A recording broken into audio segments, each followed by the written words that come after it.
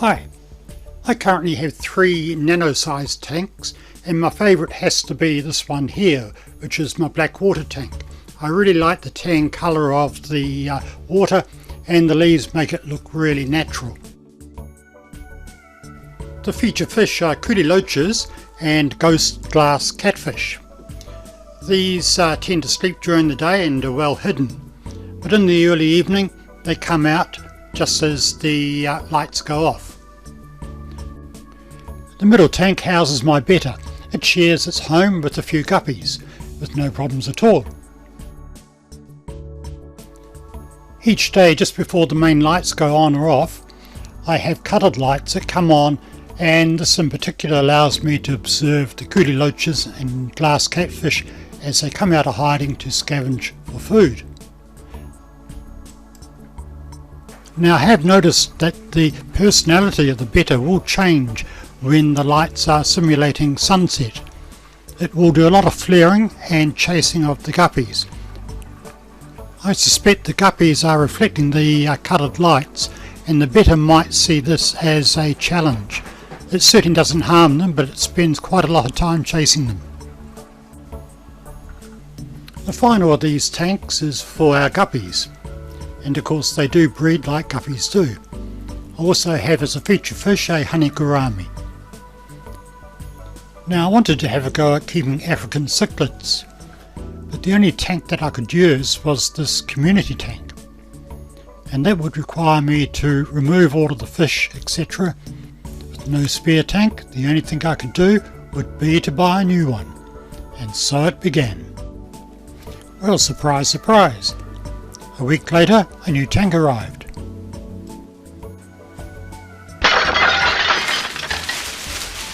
It's always a bit of a worry when you unpack a glass aquarium, but I was lucky, there's no damage with this one. I had worked out a place for it to go, and I was glad that I'd chosen white rather than black again, as it would have been too overpowering. Well, 5 tanks now. Does that qualify as a fish room? Now, I'd need to keep it fairly low so as not to block the window above it, and I would have been quite happy just to mount it on a plank of wood held up by a couple of concrete blocks. My wife came to the rescue as she found a cabinet at an op shop, and then set about getting it ready for painting. Now, this cabinet was heavy as hell, so it would be ideal for supporting the weight of an aquarium. I reckon it dates to around the 1960s as an early TV cabinet. The centre shelf had no hole for a power cord, so obviously it was before the days of a VHS player or an 8-track tape, if you knew what an 8-track tape looked like.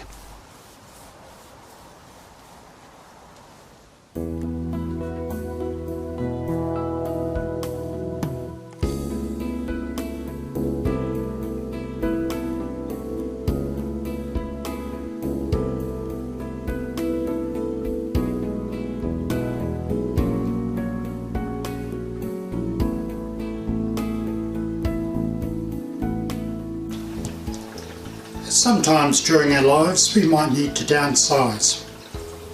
It means getting rid of surplus stuff and moving into smaller accommodation, taking whatever we can with us. Well, my fish are not exempt from that, so this little group have to move from this fairly large tank into a smaller tank.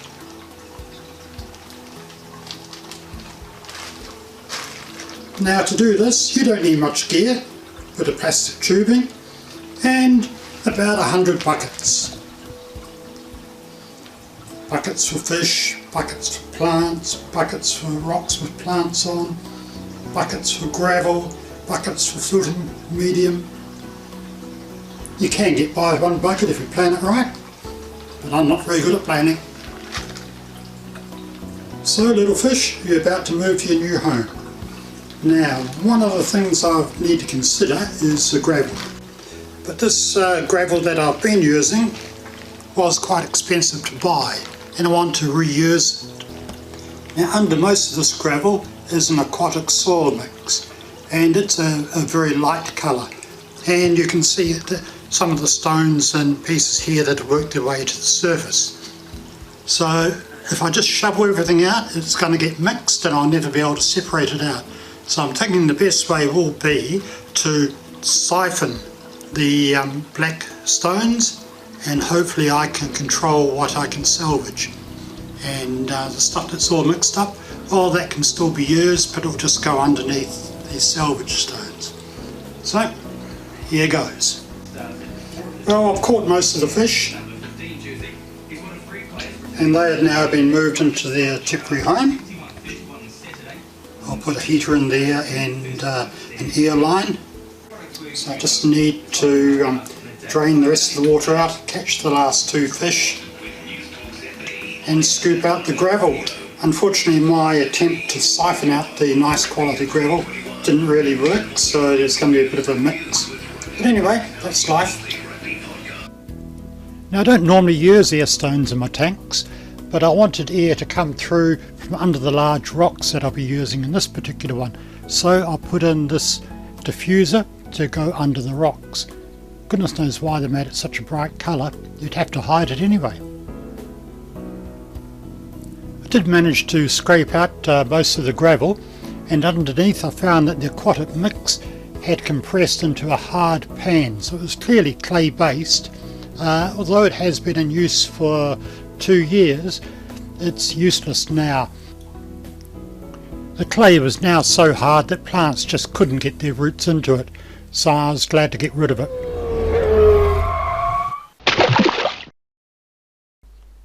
Well, I've abandoned my plans for African cichlids.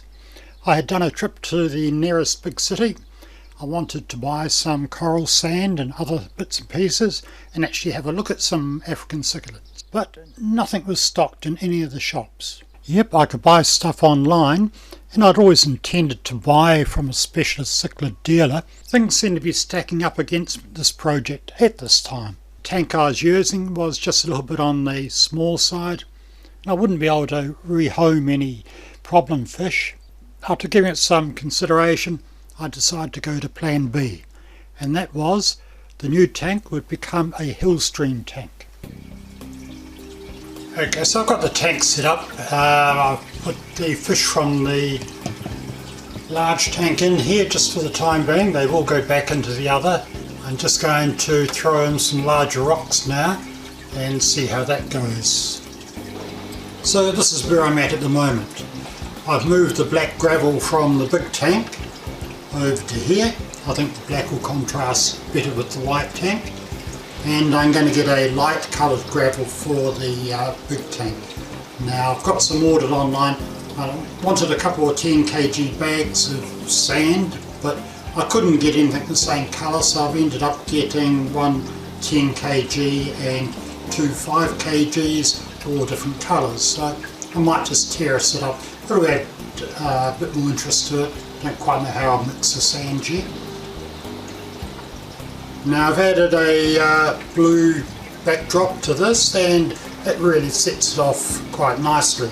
It was really an essential thing to do, otherwise you could see the bottom of the windowsill through the tank. Now the white stones will be replaced with something darker later, and I've got a piece of driftwood in there being held down with rocks because it just wants to float at the moment. So what I'm looking at doing is having rocks across the length of the tank. This is now going to be a temperate or subtropical tank, so it's going to have cooler water around 20 degrees, and I'll get fish such as minnows and Hillstream loaches to fill out the tank. So these fish will move back into the big tank. They're just here on a temporary basis until the other one's ready. I've also going to have the air running through it. I'll tone down the flow a bit so it's smaller bubbles, not as aggressive. And these plants will go back into the main tank. I'll just have a few java fern. I got some, it's not kabomba, it's Anuba. floating there, I'll have that. And I just might go for some basic Elodia. So that's something you tend to see in all streams. Now I quite like the filter system of these tanks.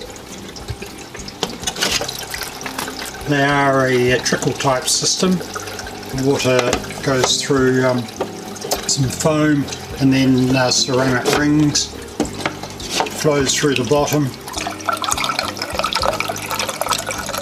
and then drains back out through this outlet in the corner. And I quite like that because you can angle it to set a flow. So because this is going to be a Hillstream with a stronger flow, I've got a power head somewhat hidden around the back behind the rock, and that just pushes the water out into the front of this rock and along the front. And the fish really do love it. They have turns coming out and swimming in the flow, just going back and forth and surfing through it. So if it helps keep them happy, that's good. I'll have a power head in the bigger tropical tank, but I've got another power head, but it's a very small unit.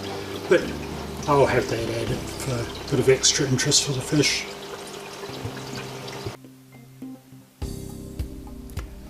Right, time to rock into this. These lava stones I found in the garden, and I tried to sterilise them with bleach, but then had a hell of a job getting rid of the chlorine out of them. I used the chlorinators and heaps of washing and water changes and what have you, but got there in the end. So I'm going to use these two here if they fit, just to separate out this corner, which you can see from the front and from the right hand side. I'm sort of thinking of making this like a sort of a beach with white sand and low plants. You can see a bit of the backdrop. I originally had that for my Cichlid tank, but might not quite suit this layer, but we'll see. Also fitting near stone, seeing I've got a pump running. I'm going to use sand to support the larger rocks. It'll be safe with these fish. If it was going to be cichlids, then I'd have to use either egg crates or polystyrene, because the fish would soon move the sand and topple the rocks.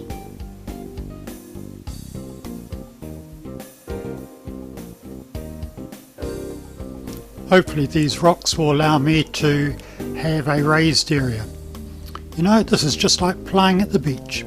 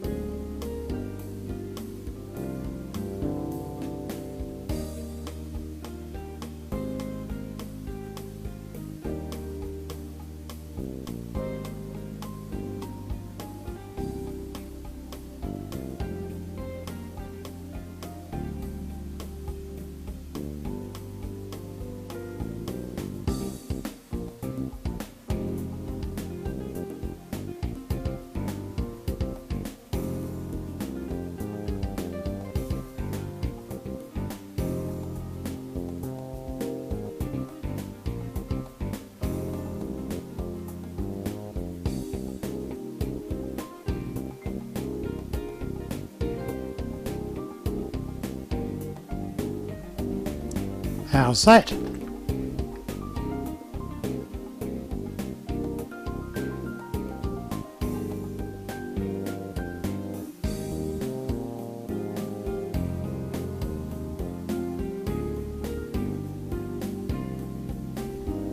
To condition the planted areas, I've used some JBL Manado or Manado and some JBL Aqua Basics. Never used these before, no idea if they're any good, but the shop had them, so I thought I'll try them.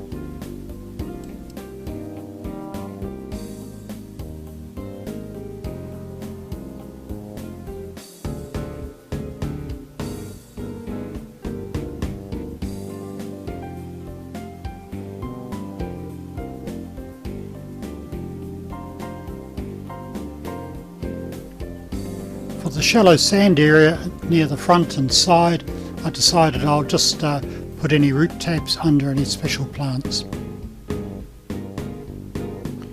So darker gravelly sand for the higher area.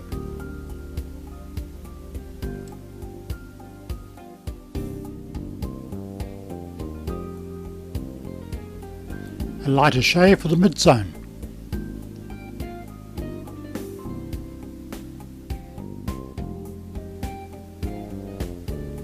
And white sand for the beach. Boy, it's white.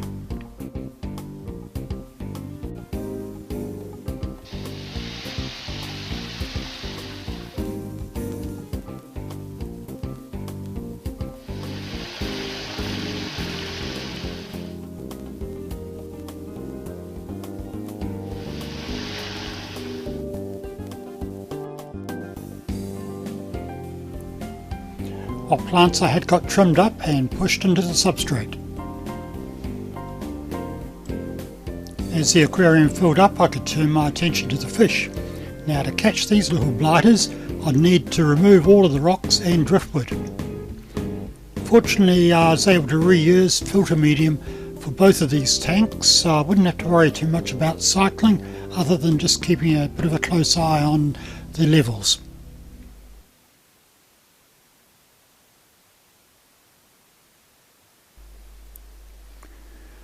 Well, no big dramas catching the fish. I moved them across once the temperatures equalised. These plants really need to thicken out and improve to fill this tank. It's sort of a little bit lacking at the moment. Not overly happy with it.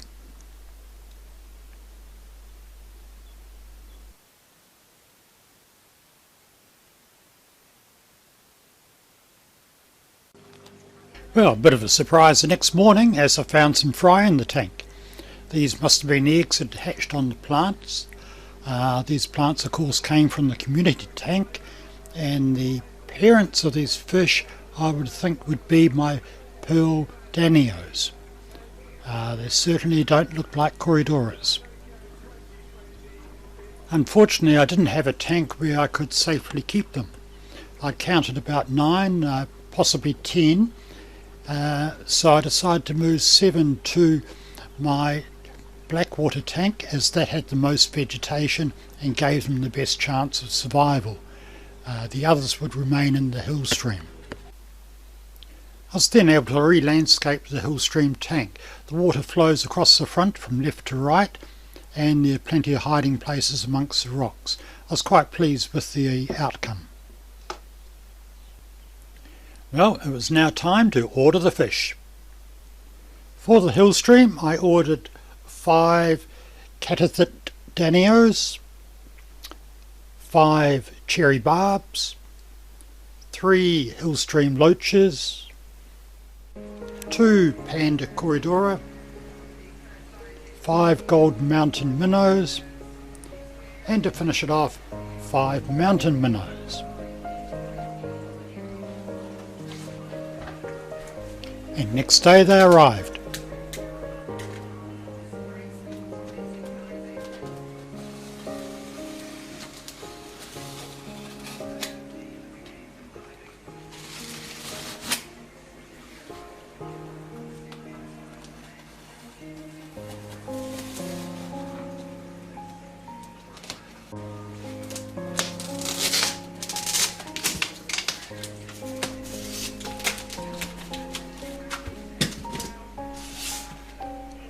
The water was still warm, and I was trying to slowly let them adjust to the light.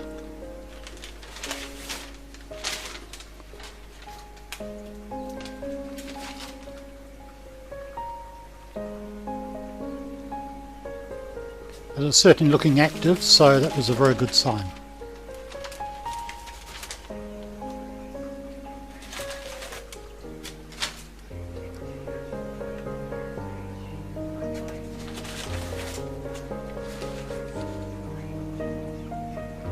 Well, I don't have a lot of patience. Let's just have a look at them.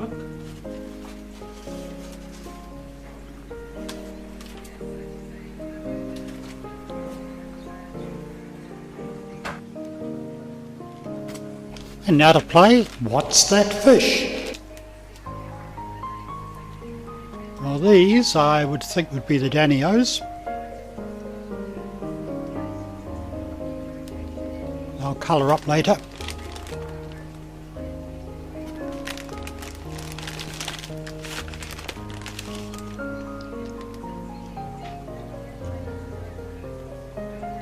Yep, cherry barbs, not much doubt on that. All the bags were double sealed and would have been packed with oxygen.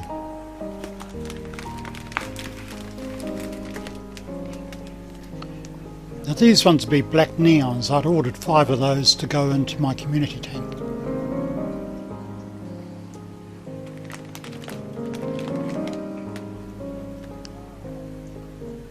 And panda cories. Nice small ones. Really pleased about that.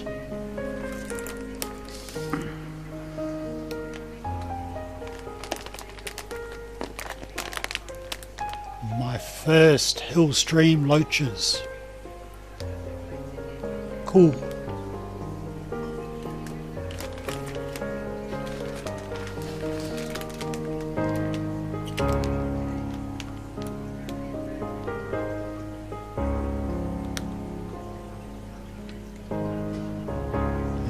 Minnows, not sure which ones. Looks like both lots are in the same bag.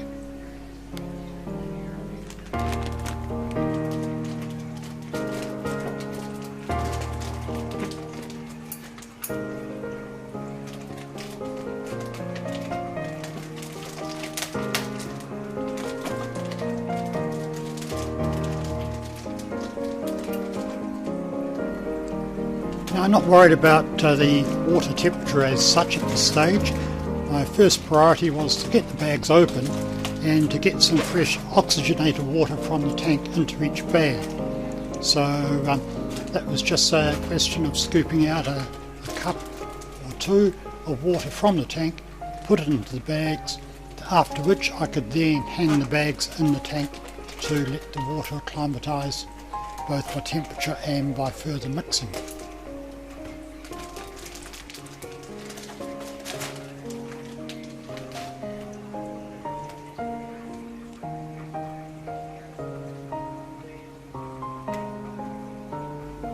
I'd also ordered 2 additional ghost glass catfish for the black water tank, so I had those acclimatising.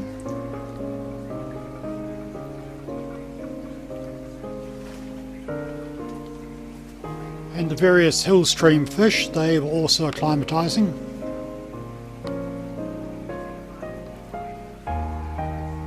And starting to colour up. And the black neons, well, they're doing their thing as well and creating a bit of interest amongst the other fish in the tank.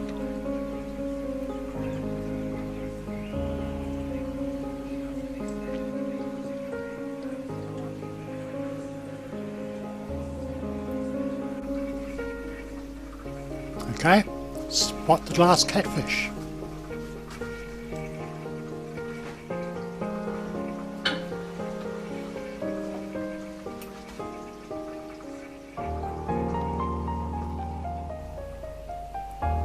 I'd also ordered a blue mystery snail to go into the Hillstream, plus a few additional plants. But I ended up putting the snail in with my guppies. Although I thought it would look really neat in the Hillstream, I was concerned that sooner or later it would just get stuck amongst the caves and crevices around the rocks. And if stuck, I'd probably have to destroy the landscape to try to get it out or leave it to decompose. Now, I don't know whether this is a problem with snails and rocky landscapes, but I wasn't prepared to take the risk. I don't know what temperature the new fish were used to, so I put them in the tank and set it to 25 degrees. Now, during the next few days I'd lower the temperature by about 1 degree a day until it reached 20.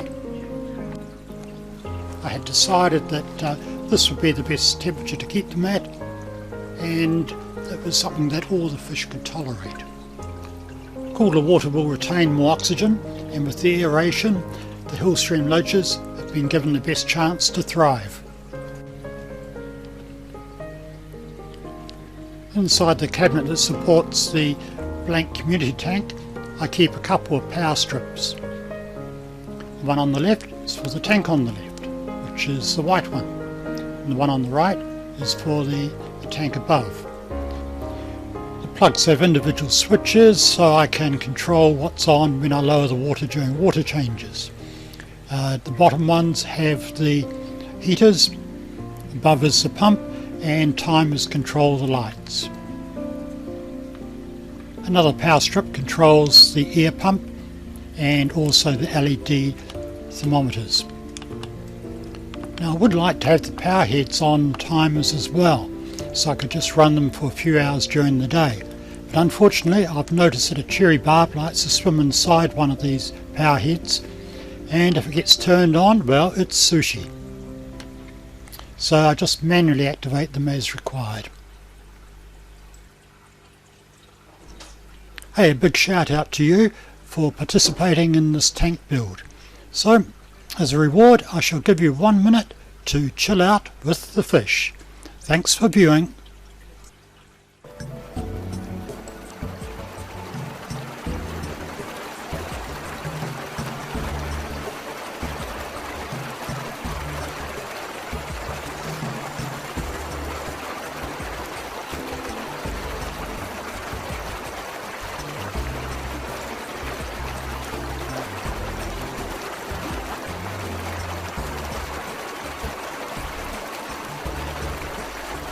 Yes, you can rush to the toilet now.